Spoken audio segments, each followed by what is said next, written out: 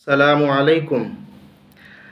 آپ کا جو بچہ اسکول میں پڑھتا ہے، کمپلین آتی ہے کہ بچہ فوکس نہیں رکھتا اسٹڈی پر، یا بڑے حضرات ہیں نماز میں خیالات آتے ہیں، چیزوں کو بھول جاتے ہیں۔ یہ ساری چیزیں اور اس کا علاج میں بتاؤں گا انشاءاللہ۔ اصل میں ہوتا کیا ہے، زندگی میں ایک چیز ہے ٹائمنگ، اوقات، وقت کا یوز اور اس کا استعمال۔ یہ مذہب اسلام ہمیں سکھاتا ہے۔ جیسے نماز، ان الصلاۃ کانت علی المؤمنین کتابا موقوتا، نماز اپنے مقررہ وقت پر فرض ہے۔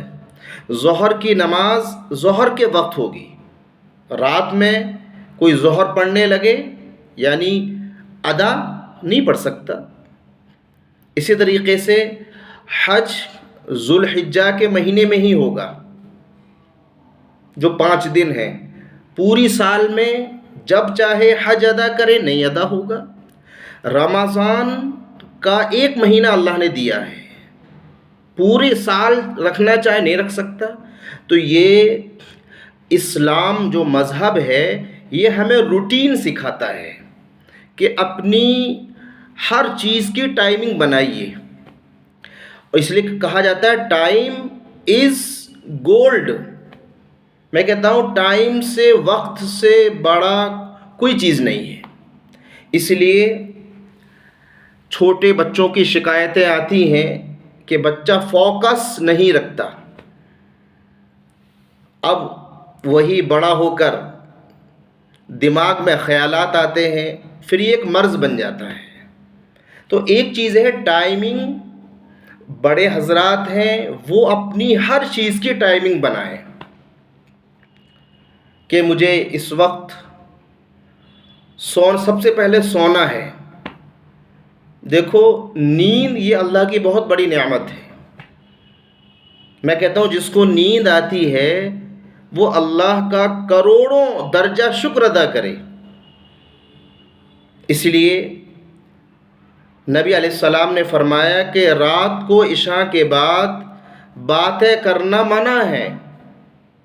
ہاں ضروری ہے، کوئی چیز دین کا پروگرام ہے وہ مجبوری ہے، اس لیے سب سے پہلے ٹائمنگ بنائیے کہ مجھے بھی اس وقت سو جانا ہے، اور بچوں کو سمجھاؤ کہ بیٹا یہ ٹائمنگ سونے کا ہے اور سو جائیے۔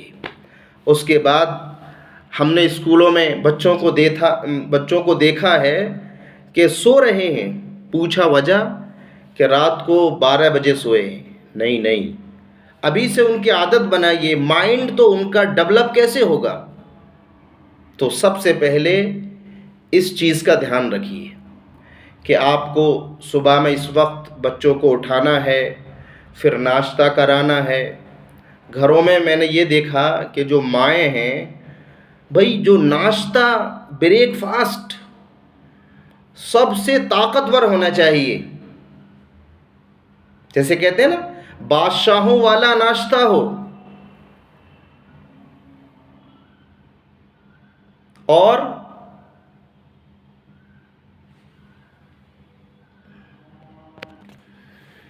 دوپہر کا کھانا مزدوروں جیسا، اور رات کا کھانا ہلکا مریضوں جیسا۔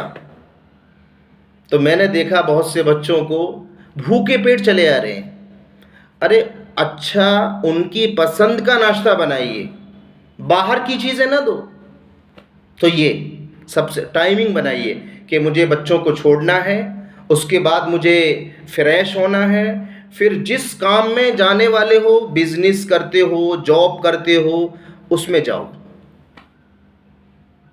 اس کے بعد ایک ٹائمنگ ہو، اس وقت مجھے قرآن کی تلاوت کرنی ہے، اس وقت مجھے نماز پڑھنا ہے۔ یہ چیزیں اسی طرح بچوں کا بھی رکھ دو، کیونکہ دیکھو بیٹا اسکول سے آنے کے بعد تھوڑا سا کھیلنا بھی ضروری ہے۔ بعض گھروں میں دیکھا کہ بچوں کو صرف پڑھائی نہیں، بھائی کھیلنا یہ بھی ایک زندگی کا حصہ ہے۔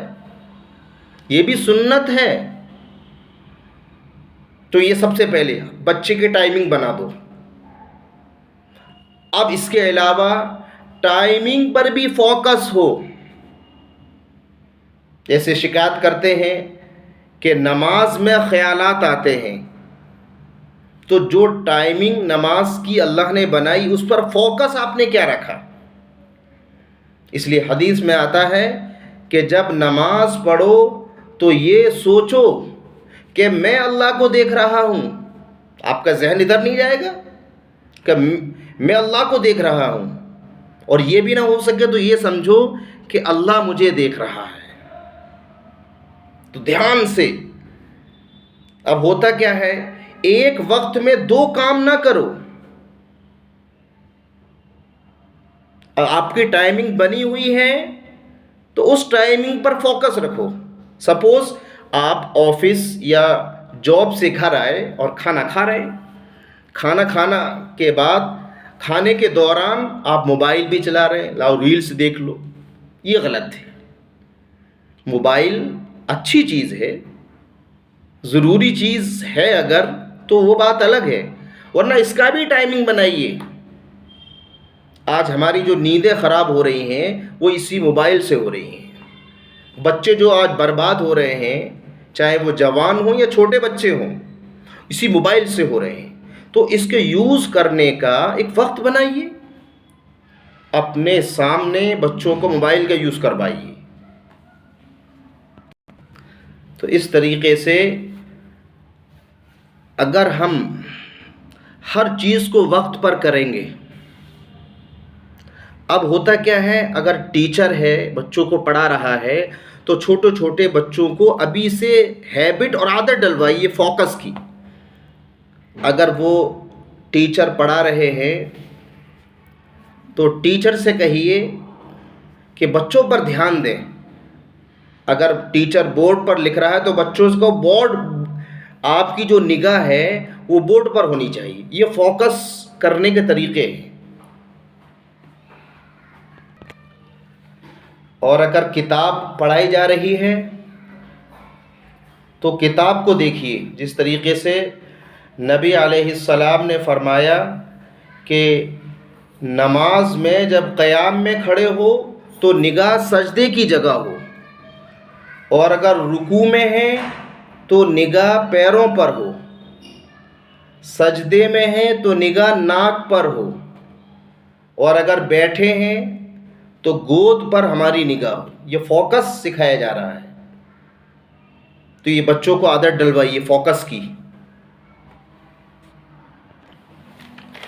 ایک چیز اور ہے ٹائمنگ کے تعلق سے، کہ جو ہم نے اپنا ٹائمنگ بنایا ہوا ہے اس میں کوئی کمپرومائز نہ کریں، ورنہ آدمی کامیاب ہوتے ہوتے رہ جاتا ہے. بہت بڑے ایک بزرگ ہیں حضرت تھانوی رحمۃ اللہ علیہ، بتاتے ان سے ملنے ان کے استاد حضرت شیخ الہند رحمۃ اللہ علیہ تشریف لائے. کتنے بڑے استاد، ورلڈ لیول کے. تو تھوڑی دیر بیٹھے، حضرت تھانوی رحمۃ اللہ علیہ جو ان کے شاگرد ہیں انہوں نے اپنے استاد جو آئے تھے پرمیشن مانگے، ابھی آتا ہوں، اور 10 منٹ میں واپس آ گئے. پوچھا بیٹا کہاں گئے تھے؟ حضرت اس وقت میں تفسیر لکھتا ہوں قرآن کی، تفسیر لکھنے کا ٹائم ہے، اس لیے بس وہ معمول پورا کر کے آیا. اب ہوتا کیا ہے کہ ہمارا ٹائمنگ ہے، مثلاً بچوں کا ٹائمنگ ہم نے بنایا یہ کھیلنے کا ٹائم ہے. اب آپ نے بچوں کو پڑھنے بٹھا دیا. اب ان کے دماغ میں یہیں سے خیالات اور وسوسے آنا شروع ہو جاتے ہیں کہ لو یہ سنڈے کھیلنے کا ٹائم تھا، اب وہ مما نے جو ہے پڑھنے بٹھا دیا. اب اس سے وسوسے خیالات آنا شروع ہو جائیں گے. تو اسی طریقے سے جب ہم آفس سے یا باہر سے گھر آئیں تو گھر آنے کے بعد وہ جو الجھنیں، جو ٹینشنیں تھیں وہ باہر ہی چھوڑ کر آؤ. گھر میں بیوی بچوں کو وقت دو. یہ نبی علیہ السلام کی سنت ہے. تو یہ چھوٹی چھوٹی چیزیں میں نے بتائیں، بچوں پر ہم فوکس رکھیں گے تو انشاءاللہ وسوسے بھی ختم ہوں گے۔ اس کے علاوہ اللہ رب العزت نے قرآن کریم میں ایک آیت ہے، رب اعوذ بک من ہمزات الشیاطین، رب اعوذ بک من ہمزات الشیاطین۔ اس کو کم سے کم 100 بار روز پڑھیں۔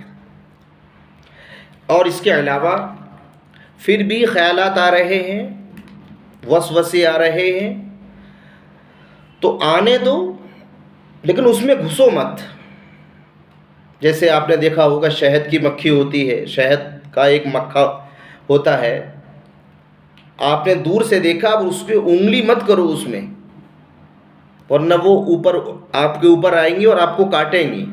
بس دیکھا چلو، آپ کے ذہن میں کوئی چیز آئی کہ دیکھو یہ انار کا درخت ہے، انار کا پیڑ ہے، بس آپ اسی میں سوچنے لگے کہ یہ کتنا بڑا ہوتا ہے، یہ کہ اس اندر مت جائیے، بس آئیں اور چلے جائیں۔